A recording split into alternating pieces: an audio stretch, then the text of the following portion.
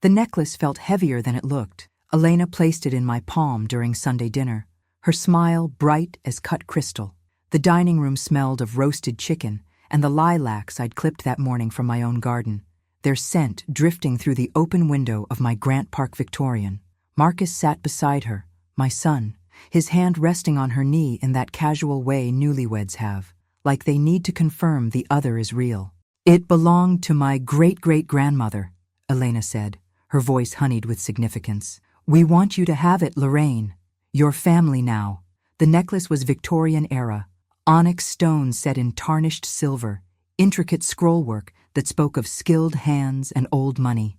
3 large oval stones caught the light from my grandmother's chandelier, dark as river stones, smooth as lies. I turned it over, feeling the weight settle into my fingers. Cold, despite the June heat pressing against the windows. "Elena, this is too much," I said, though something in my chest tightened.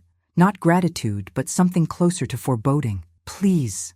She reached across the table, covering my hand with hers. Her skin was cool, her nails painted the color of old roses. "It would mean everything to me. To us. You're Marcus's mother. You should have something that connects you to our family history." Marcus smiled at me, that smile that had melted my heart since he was 3 years old and brought me dandelions like they were roses. "Mom, she's been planning this for weeks. She really wants you to have it. If you're watching, please like and subscribe to the channel, and tell me in the comments where in the world you're from." I looked down at the necklace again. The onyx seemed to absorb light rather than reflect it, like small dark mouths opened in the silver. In 30 years of teaching American literature at Booker T. Washington High School, I'd learned to read symbols. This felt less like a gift and more like a sentence. But I was tired of being the difficult mother-in-law, the one who asked too many questions, who held her son too close. Since David died 3 years ago, I'd promised myself I'd be easier, softer. I'd let Marcus build his own life without my shadow falling across it. "It's beautiful," I said, and meant it. "Thank you." Elena's smile widened. "There's just one thing. It's tradition in our family. Once you accept the heirloom, you wear it. Every day. It's supposed to bring protection, keep the family connected." She paused, her blue eyes holding mine. "My grandmother wore hers for 40 years, never took it off." The chicken on my plate had gone cold. Outside, a mourning dove called from the magnolia tree, its sound like a question with no answer. "Every day?" I asked. "It's silly, I know." Elena laughed, the sound like wind chimes, delicate and precise. Old Southern traditions, but it would mean so much to me, to honor the women who came before. Marcus reached over and squeezed my shoulder. "You don't have to, Mom, but it would be nice." I fastened the clasp around my neck. The silver settled against my collarbone, cool as judgment. In the mirror above my sideboard, I caught my reflection.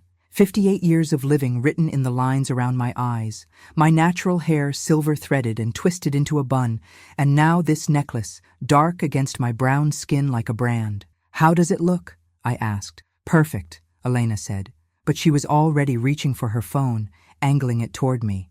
"Let me take a picture, for the family album." The flash made me blink. Later, I would remember that moment, the sudden blindness, the way Elena's smile never reached her eyes, the weight of the necklace like a hand around my throat. But in that moment, I just smiled back and said, "Thank you for including me." The dove outside called again, and this time it sounded less like a question and more like a warning. 3 weeks after the necklace, I started noticing the photographs. I'd driven to Marcus and Elena's new house in Decatur, a renovated craftsman with a front porch that wrapped around like an embrace. They'd invited me for brunch. "Elena's idea," Marcus said over the phone, his voice carrying that particular brightness that meant he wanted me to be pleased. I was trying. God knows I was trying. The house smelled like coffee and something sweeter, maybe cinnamon rolls. Elena met me at the door in linen pants and a silk blouse, looking like she'd stepped out of a catalog for gracious living. She hugged me, her perfume sharp and floral, like gardenias left too long in the sun. "Lorraine, I'm so glad you're here. Come in, come in." The living room was all carefully curated neutrals, cream couches, dove gray walls, brass accents that caught the morning light. On the mantel, a series of silver frames held wedding photos. I moved closer, drawn by my son's face, by the way his smile had overtaken his whole body on that day. Then I saw it. In the background of one photo, standing near the reception entrance, was me. I was wearing the necklace, my hand raised as if I was gesturing to someone. The photo had been taken from an angle that made me look like I was interrupting, hovering. I didn't remember that moment, didn't remember standing that close to the receiving line. "That's a beautiful shot," I said carefully. Elena appeared at my elbow with a mimosa, bubbles rising like small prayers. "Isn't it?" The photographer captured so many candid moments. She paused, her voice dropping to something confiding. "You know, I'm making an album, a real old-fashioned one with actual prints. I want to document everything, our beginning, our family. You'll be in so many of them. If you're watching, please like and subscribe to the channel and tell me in the comments where in the world you're from." Something in her tone made my skin prickle, but I pushed it aside. I was being paranoid. This was my son's wife, my family now. I took the mimosa and smiled. "That sounds lovely." Marcus came down the stairs then, wearing the Georgia Tech t-shirt I'd bought him for Father's Day years ago, before fatherhood was even a thought. He wrapped me in a hug that smelled like his childhood, ivory soap and something indefinably him. "Hey, Mom, you wearing the necklace? Elena will be happy." I touched the stones at my throat. I'd worn it every day since the dinner, partly out of respect, partly because Elena asked about it every time we spoke. "Did you put it on today?" she'd say, her voice light but insistent. "It's supposed to work only if you're consistent." "Never without it," I said, making a joke of it. But Marcus didn't laugh. He just nodded, then turned to Elena. "Breakfast ready?" Brunch was quiche and fruit, conversation that moved like water over stones. Easy, shallow, safe. Elena asked about my garden, my book club, the volunteer work I'd picked up at the Auburn Avenue Research Library. I told her about the new roses I'd planted, about the Toni Morrison discussion that had gone until midnight, about cataloging oral histories from elderly Black Atlantans who remembered the city before integration. "That must be so fulfilling," Elena said, but her eyes had gone distant, focused on something behind me. I turned. Nothing there but the window, the morning light streaming through. When I got home that afternoon, my phone buzzed. A text from Elena. "Such a lovely morning. Attaching some photos for you." There were 6 pictures. In every single one, I was wearing the necklace. In several, I was looking at Elena or Marcus, my expression caught mid-sentence, mouth slightly open, eyes intense. Without context, I looked overbearing, possessive, like a woman who couldn't let go. I sat on my front porch, the wicker chair creaking under me, and looked at those photos for a long time.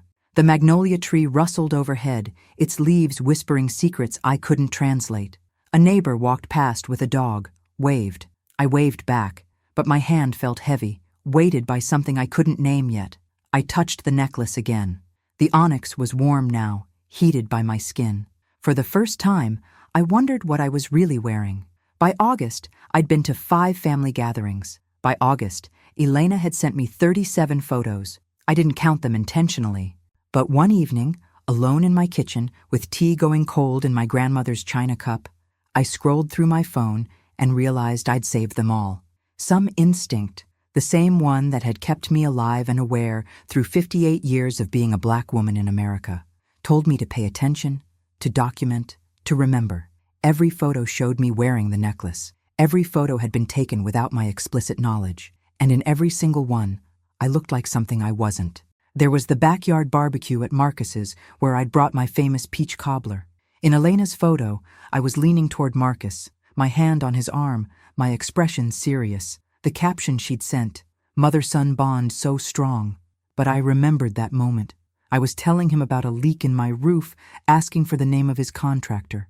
Nothing profound, nothing possessive, just practical conversation between 2 adults. There was the Sunday dinner at Elena's parents' house in Buckhead, their dining room all mahogany and inherited silver. In that photo, I was seated at the far end of the table, the necklace stark against my navy dress, my face caught in what looked like disapproval. Elena's text, family traditions, learning to blend the old and new. But I'd been laughing at someone's joke, my mouth open mid-guffaw. She'd captured the half-second before the laugh landed. I started keeping notes, not because I planned anything, just because something in me, some teacher's instinct for evidence, for close reading, wouldn't stay quiet. August 3rd, dinner at their house. Elena photographed me 7 times. I counted. August 10th, Marcus's birthday. Elena asked me 3 times if I was wearing the necklace. When I touched it to show her, she took a picture. August 17th, stopped by to drop off tomatoes from my garden. Elena asked me to wait while she just grabbed something. Returned 5 minutes later with a folder. Said she was organizing family photos. Asked me to stand by the window for the light. Took 4 pictures. The heat that month was biblical, the kind that makes Atlanta shimmer like a mirage. My garden wilted despite my evening watering. The hydrangeas drooped, their blue heads heavy. I felt the same, something vital draining away, though I couldn't name what or why. On August 24th, Marcus called. His voice sounded strained, careful, like he was stepping around broken glass in the dark. "Mom, can we talk?" "Of course, baby. What's wrong?" A pause. In that silence, I heard Elena's voice in the background, too soft to make out words, but sharp enough to carry meaning. "Elena's been feeling a little overwhelmed," Marcus said finally, "with the house, with wedding stuff still being sorted out, with planning for the future. She just needs some space right now." My stomach dropped. Space from what? Just, maybe we could do dinners every other week instead of every week? And maybe call before stopping by? I'd been to their house twice unannounced in 3 months. Once with tomatoes, once with a book I'd thought Marcus might like. Both times, I'd stayed less than 15 minutes. "Marcus, have I done something wrong?" "No, Mom, no, it's just—" He sighed, and in that sound I heard my baby, my boy, caught between 2 women who loved him differently. "She's adjusting. We both are. Marriage is harder than we thought." "I can give you space," I said quietly. "Of course I can. Thanks, Mom. And keep wearing the necklace, okay? It really means a lot to her."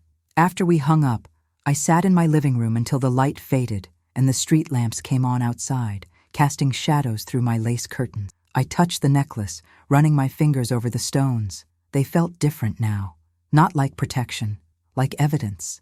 September arrived with cooler air and the kind of golden light that makes you believe in second chances. I'd been following the rules, calling before visiting, limiting dinners to twice a month, giving them the space Marcus said Elena needed. It cost me. Every Friday night I used to spend with them, now stretched out long and hollow, filled with television I didn't watch and books I couldn't focus on. But I was trying to be good. Trying to be the mother who understood boundaries, who didn't cling. On the 3rd Saturday of September, they invited me to dinner. "Elena's idea," Marcus said, and my heart lifted despite myself. Maybe I'd misread things. Maybe the distance had helped. I brought wine and wore a dress I'd saved for special occasions, emerald green, with sleeves that hit just below the elbow. And the necklace, of course, always the necklace. It had become part of me now, like a scar you stop noticing until someone points it out. Elena answered the door in an apron dusted with flour, her blonde hair twisted up, a smudge on her cheek that looked too perfect to be accidental. "Lorraine, come in, please. Marcus is just finishing up the salad." The house smelled like roasted garlic and rosemary. She'd put flowers on the dining table, sunflowers, cheerful and bright. I let myself hope. Dinner was pot roast, vegetables that had been caramelized to sweetness, conversation that felt almost easy.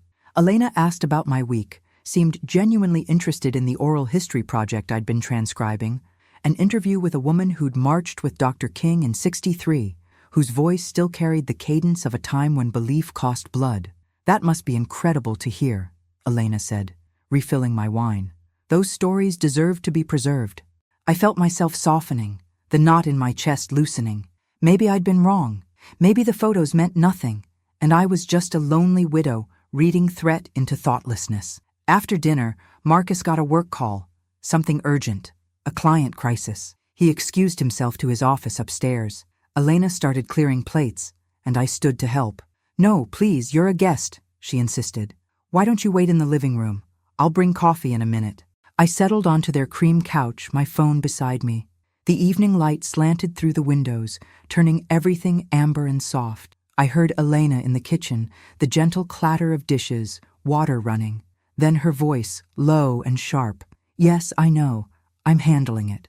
I went still. She was on the phone, her words carrying through the half-open kitchen door. "She's here now, actually, wearing it, like always." A pause, then a laugh that had edges. "No, she doesn't suspect anything. She thinks she's being the perfect mother-in-law. It's actually sad." My blood went cold. I've been documenting everything. Every dinner, every drop-by visit, every time she touches him or looks at him with that desperate look. The necklace was genius. It's in every photo, makes the pattern obvious. When we're ready to move forward, I'll have everything we need. Another pause. I couldn't hear the voice on the other end, but I could imagine it. Someone close to Elena, someone in on whatever this was. The lawyer said we need to establish a history of boundary violations, of obsessive behavior. That's why the necklace was important.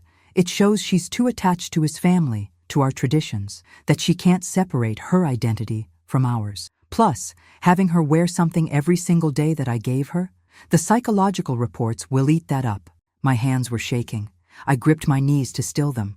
Once the baby comes, we'll move forward with the restriction. Marcus won't fight it. He already thinks she's too involved. By the time the baby's born, she'll be legally required to stay away. No access to our child, no disrupting our family. Just us, clean and simple. The baby, my grandchild, my blood. I heard her footsteps returning. I grabbed my phone, unlocked it, and opened the voice memo app, hit record, and set it face down beside me just as Elena walked in with 2 coffee cups, her smile bright and hollow as a bell. "Sorry that took so long," she said. "Cream and sugar, right?" I took the cup with hands I forced to be steady. "Perfect, thank you." We sat in silence for a moment, the coffee steaming between us. Outside, a cardinal called, sharp and insistent. Elena sipped her coffee and studied me over the rim, her eyes calculating. "That necklace really suits you," she said softly. I touched it, the stones familiar and foreign all at once. "It's beautiful. I wear it every day." "I know," Elena said. "I've noticed." I didn't sleep that night. Couldn't. Lay in my bed staring at the ceiling, my grandmother's quilt pulled up to my chin, the necklace still fastened around my throat because I was afraid, irrationally, viscerally afraid, that taking it off would somehow alert Elena that I knew. At 3 a.m., I got up and went to my office. David had built it for me years ago, converting the back sunroom into a space lined with bookshelves, with a desk that faced the garden. Moonlight spilled through the windows, silvering the crepe myrtles outside. I opened my laptop and started searching. Parental alienation laws, Georgia. Restraining orders, family members. Grandparents' rights custody. The screen glow made my eyes ache, but I read for hours. Read about cases where manipulative spouses had systematically destroyed relationships between parents and children. Read about documentation, about patterns of behavior, about how courts weighed evidence. Read about grandparents who'd been cut off from grandchildren by spouses wielding legal instruments like weapons. The law was clear and cold. In Georgia, grandparents had limited rights. If parents chose to restrict access, courts rarely intervened unless there was proof of harm to the child. And harm meant abuse, neglect, danger, not the emotional violence of a child growing up, never knowing their grandmother. By dawn, I understood 3 things. Elena had been building a case against me for months. The necklace was both symbol and proof, evidence that I was enmeshed, that I couldn't respect boundaries, that I was psychologically dependent on my son in unhealthy ways. Every photograph, every text, every documented interaction was a brick in a wall meant to separate me from my family. If I confronted Marcus directly, she'd spin it, make me seem paranoid, jealous, unable to accept his marriage. She'd already laid groundwork, the space conversation, the reduction in visits, the framing of me as overwhelming. My word against hers would fail. I needed evidence, not just the voice memo, though that was a start. I needed to understand who Elena really was, where this necklace truly came from, and what history I'd been wearing against my skin all these months. I made coffee as the sun rose, the kitchen filling with light and the smell of dark roast. My phone sat on the counter, the voice memo saved and backed up to 3 different places: insurance, ammunition, the beginning of war. At 8 a.m., I called my friend Denise. We'd taught together for 20 years before she'd retired and gone back to school for her library science degree. Now she worked at the Auburn Avenue Research Library, the same place I volunteered. If anyone could help me dig into history, into the provenance of objects and the truth of old Southern families, it was Denise. "Girl, it's Saturday morning," she answered, her voice rough with sleep. "This better be good." "I need your research skills," I said, "and I need you not to ask too many questions yet." A pause. Then, "What are we looking for?" "A necklace. Victorian era, onyx and silver. It supposedly belonged to a white family in Georgia, passed down through generations. I need to know if there's any documentation of it. Sales records, estate inventories, insurance claims, anything that would tell me its real history. You got a name for this family? Elena Hartwell. Maiden name. Her family's from Marietta, old money. Been here since before the Civil War. I heard Denise sit up, heard the sheets rustling. Lorraine, what's going on? I'll tell you everything, I promised, but I need to know what I'm dealing with first. Give me until Monday. I'll see what I can find. After we hung up, I stood at my kitchen window, looking out at the garden David and I had planted together.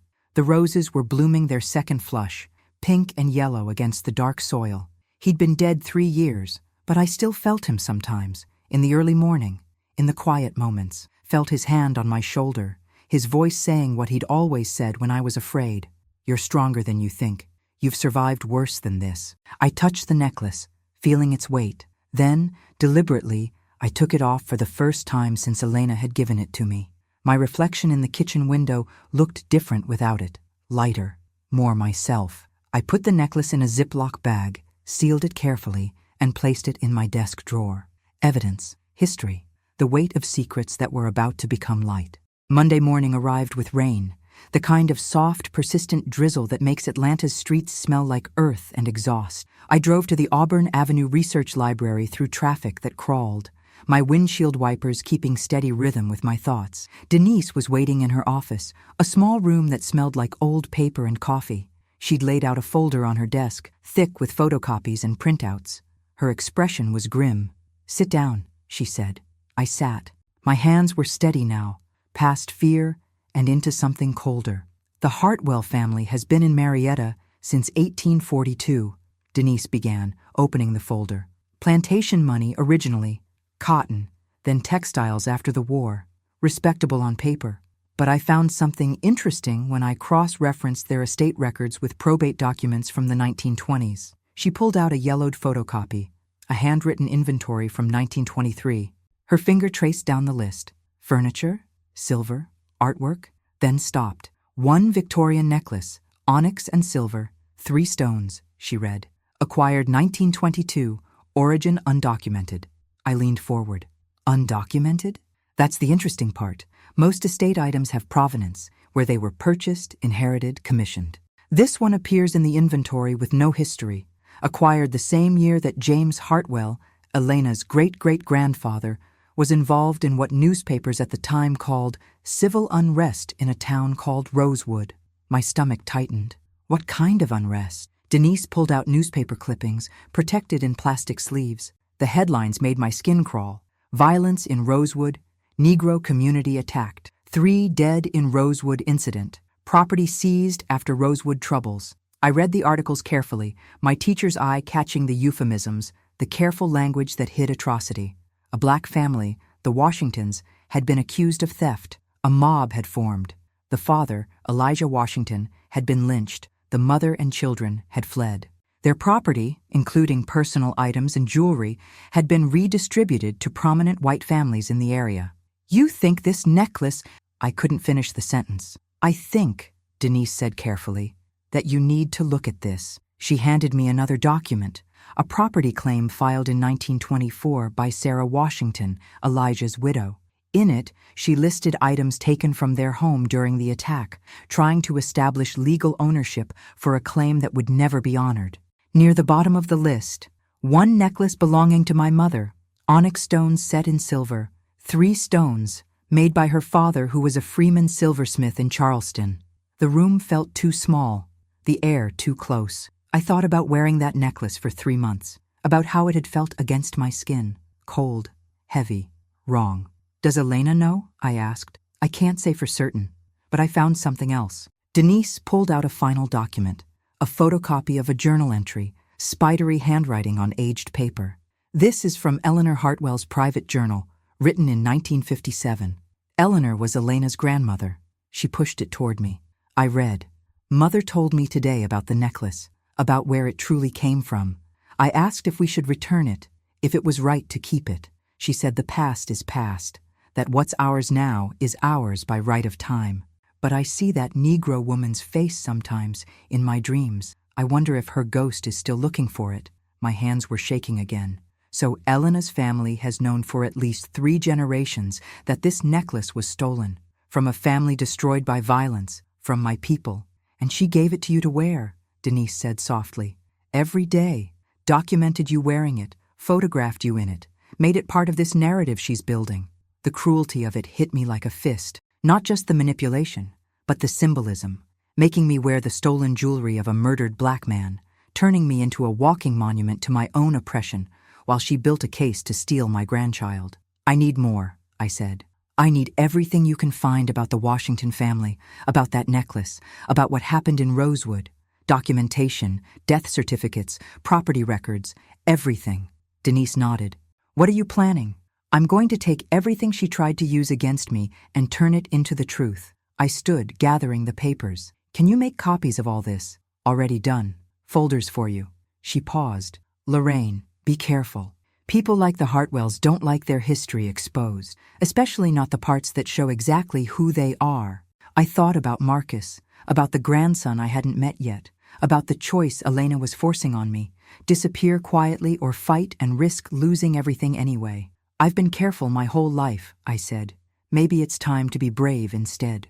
Outside, the rain had stopped. The city smelled washed clean, new, like the beginning of something that couldn't be undone.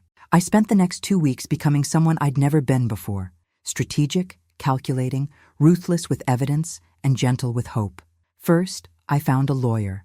Not just any lawyer, but Jennifer Marks, a black woman who'd made her reputation defending grandparents' rights and fighting parental alienation cases. Her office was in a renovated building on Auburn Avenue, surrounded by black history and the ghosts of people who'd fought for dignity when dignity was a crime. Jennifer was 40-something. With natural hair she wore in elegant locks and a gaze that felt like it could read through walls. I laid everything on her desk, the voice memo, the photographs Elena had sent, my documentation of every interaction, Denise's research on the necklace, the newspaper articles about Rosewood, the Hartwell family journals. She listened to the recording twice, her expression never changing. Then she looked up at me. "This is good," she said. "This is very good. But it's not enough." My heart sank. What else do I need? We need to prove a pattern of deception. We need witnesses who can testify to Elena's manipulative behavior. We need documentation of your actual relationship with your son, emails, texts, anything that shows you've been respectful of boundaries. And we need to get ahead of whatever case she's building before she files anything legal. How do we do that? Jennifer smiled, but there was steel in it. We request a family mediation. We frame it as you wanting to clear the air, to address any concerns before the baby comes. Most courts require mediation before they'll grant restraining orders in family cases anyway. This way, we control the narrative from the start. She'll never agree. She'll have to if Marcus requests it.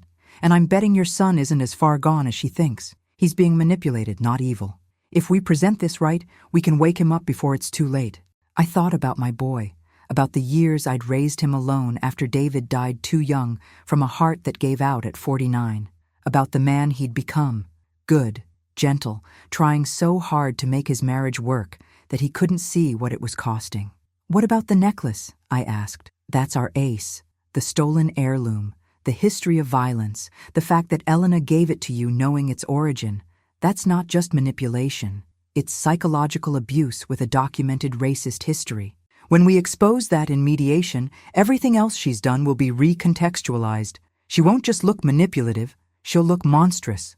I felt something unfurl in my chest, not quite hope, but something close to power.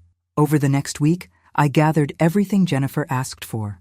I screenshot every text message I'd ever sent Marcus, showing my careful respect for boundaries.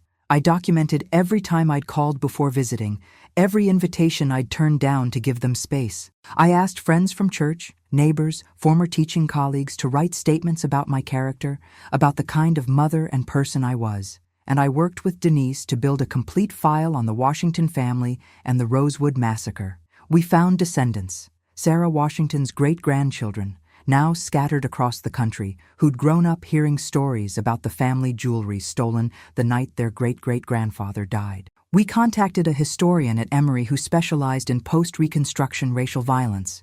We documented everything. The file grew thick, damning, irrefutable. On a Thursday afternoon, Jennifer called Marcus's cell phone. I sat in her office, my hands folded in my lap, listening to her side of the conversation. "Marcus, this is Jennifer Marks. I'm an attorney your mother has consulted regarding some family concerns." "No, nothing like that. She's fine. But there have been some communication issues that she'd like to address before your baby arrives, and she thinks mediation might be helpful. It's a facilitated conversation, completely voluntary, just to make sure everyone's on the same page going forward." Yes, Elena would be there too. "Thursday of next week? The mediator's office downtown. She'll see you there. Thank you, Marcus." She hung up and looked at me. He agreed, sounded confused but willing. "What about Elena?" He said he'd talk to her. "My guess? She'll agree because she thinks she holds all the cards. She's been building this case for months. She probably thinks mediation is her chance to formally establish your boundary violations on record. So we'll surprise her. We'll bury her," Jennifer said, "with the truth." I drove home through autumn twilight, the trees along Boulevard beginning to turn gold and crimson. My house looked small and safe, light glowing from the windows. The garden settled into its evening quiet. Inside, I sat at David's desk and pulled out the necklace, still in its plastic bag. I held it up to the light, watching the onyx stones swallow the lamplight. Somewhere in history, a man named Elijah Washington had died for being black and proud. Somewhere in history, his widow Sarah had fled with her children and spent the rest of her life mourning what had been taken. And their jewelry, made by Sarah's father, a freeman silversmith who'd bought his own liberty with the skill of his hands, had ended up around my neck, turned into a weapon by a woman who understood exactly what she was doing. "I'm going to make this right," I whispered to the necklace, to the ghosts, to the history that deserved to be spoken aloud. "I promise you that." Outside, the night settled over Grant Park like a held breath, waiting for what would come next. The mediation office was deliberately neutral. Beige walls, comfortable but not luxurious chairs, a conference table that was large enough to feel official but small enough to force proximity. The mediator, a woman named Dr. Patricia Coleman, had warm eyes and a voice like honey over gravel, the kind that made you want to tell the truth even when the truth hurt. Marcus and Elena arrived 10 minutes early. I watched them through the glass wall, saw the way Elena's hand rested on Marcus's arm, the way she leaned in to whisper something that made his jaw tighten. She was wearing cream and pearls, looking exactly like the gracious young wife whose difficult mother-in-law was making unreasonable demands. I'd worn navy blue, my hair in its natural silver crown, my grandmother's small gold earrings, no necklace. Jennifer sat beside me in a sharp gray suit, her leather folio thick with documents. When we all entered the conference room, Elena's eyes went immediately to my bare throat. I saw the flicker, surprise, then calculation, then the smile that covered both. "Lorraine," she said warmly, "I'm so glad we're doing this. Communication is so important in families." Marcus hugged me, his arms familiar and strong, but I felt the tension in his body. He was being careful, like I might break, or like he might. "Hey, Mom," he said quietly. "Thanks for setting this up." We sat. Dr. Coleman explained the process. Confidential, voluntary, a chance for everyone to express concerns and work toward understanding. She looked at me first. "Lorraine, you requested this mediation. Would you like to start by sharing what brought you here?" I took a breath, felt Jennifer's steadying presence beside me. "I'm here because I love my son, and I want to be part of my grandchild's life. But over the past several months, I've become concerned that there are misunderstandings about my intentions and my behavior. I want to clear those up." Elena nodded sympathetically. "I appreciate that, Lorraine.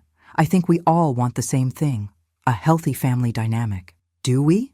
I asked. My voice was calm, but I saw Elena's eyes sharpen.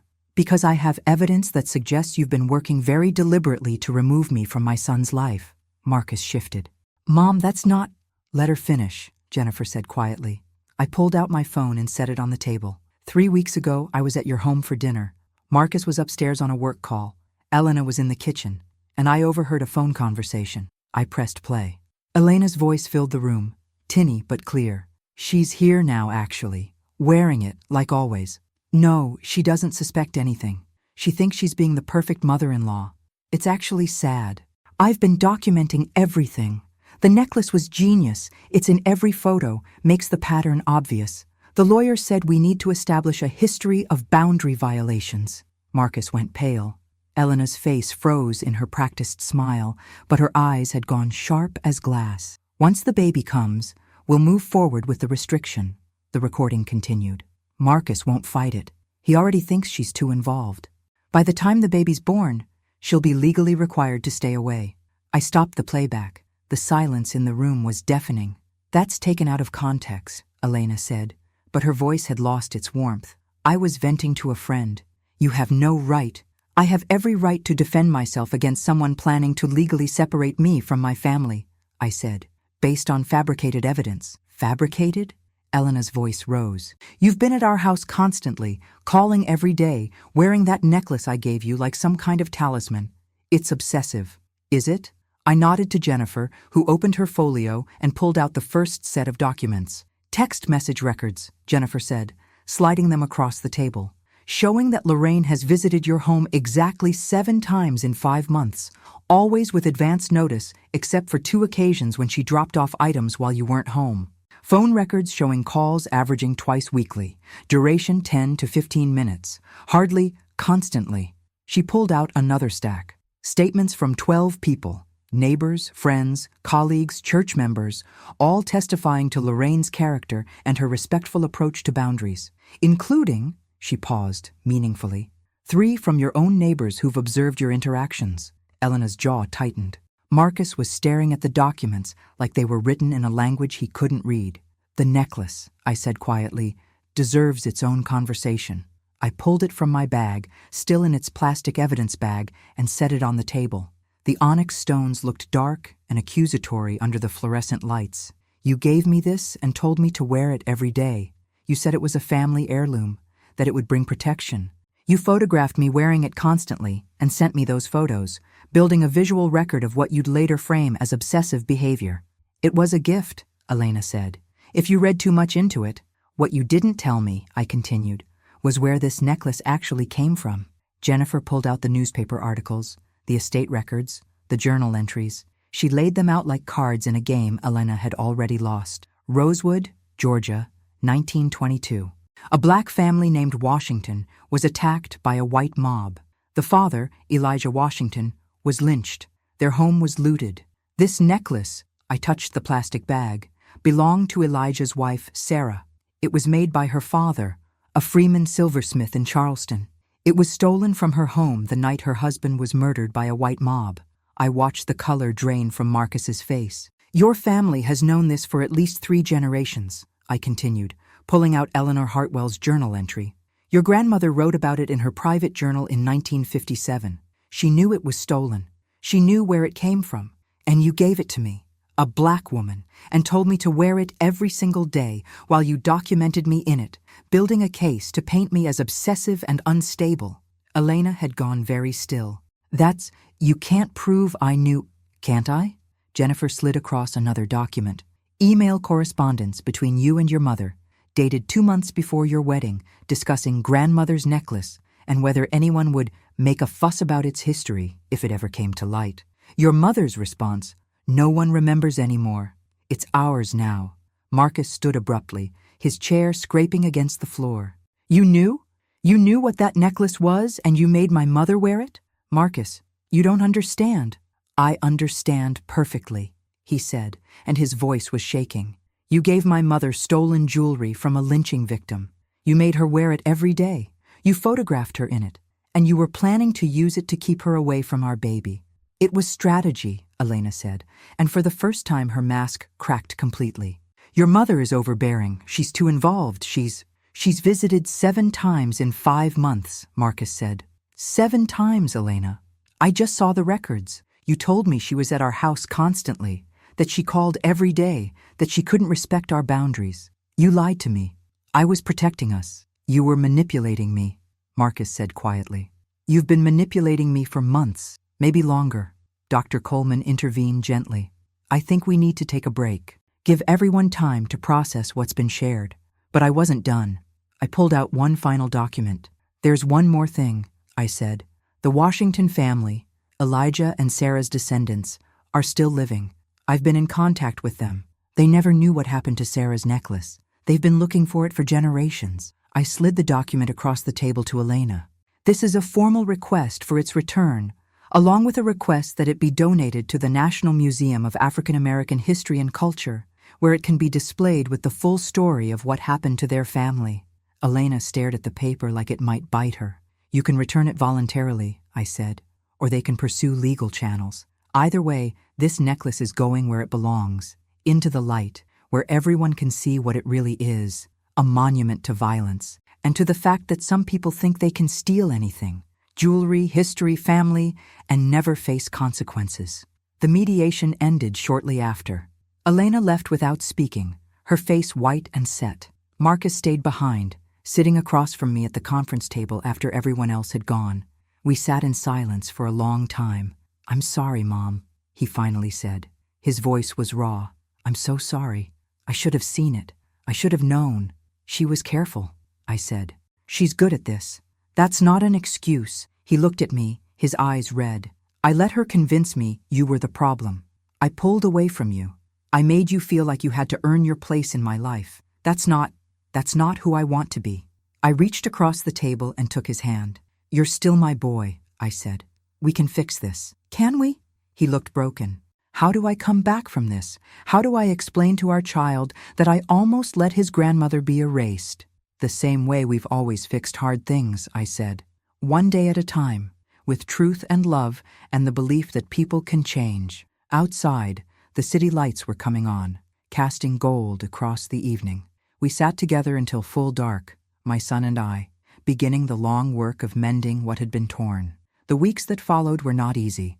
Marcus moved back home with me for a while, giving himself space to think, to grieve, to understand what his marriage had become. Elena stayed in the Decatur house, and I heard through Marcus that she'd retained her own lawyer, though not for the restraining order she'd originally planned. The necklace was returned to the Washington family in a ceremony at the Auburn Avenue Research Library. I stood with Marcus as we handed it to Sarah's great-great-granddaughter, a woman named Diane Washington Perry, who'd flown in from Chicago with her teenage daughter. Diane held the necklace carefully, tears streaming down her face. "My grandmother told me stories," she said, "about how her mother, my great-grandmother, used to talk about this necklace, how it was the only thing her mother had brought from her own mother, the only connection to that part of our history, and then it was gone. Just gone, like so much else." Her daughter, a bright-eyed girl of 16, touched one of the onyx stones gently. "Are we really giving it to the museum?" "We are," Diane said, "because this isn't just our story anymore. It's everyone's story. What happened to our family happened to thousands of families. This necklace is proof. It's witness." Marcus stood beside me, his hand gripping mine tightly. When Diane hugged us both, thanking us for returning what had been stolen, I felt him tremble with the weight of it. The museum agreed to display the necklace with its complete history: the silversmith father, the lynching, the theft, the Hartwell family's knowing possession of it, and its eventual return. They asked if I would do an oral history interview about my experience wearing it. I agreed. Elena and Marcus went to couples counseling. Jennifer had made it clear during mediation that while Elena's actions were morally reprehensible, they didn't constitute a crime that could be prosecuted. But they did constitute grounds for supervised visitation when the baby came, pending psychological evaluation and proof of changed behavior. Elena fought it at first. Then, confronted with the alternative, divorce and the potential for the full story to become public record in custody proceedings, she agreed to therapy. Individual and couples, to acknowledging what she'd done, to beginning the long process of accountability. I didn't forgive her. Not yet. Maybe not ever. But I agreed to mediated family meetings with a therapist present for Marcus's sake and for the baby's. On a cold November evening, 3 months after the mediation, Marcus called me. "Mom, can you come to the hospital?" My grandson was born at 11:47 p.m., 7 pounds and 5 ounces of perfect. Marcus placed him in my arms while Elena slept, exhausted from labor. The baby's eyes opened briefly, dark and unfocused, searching for meaning in a world he'd just entered. "His name is Elijah David Hayes," Marcus said quietly.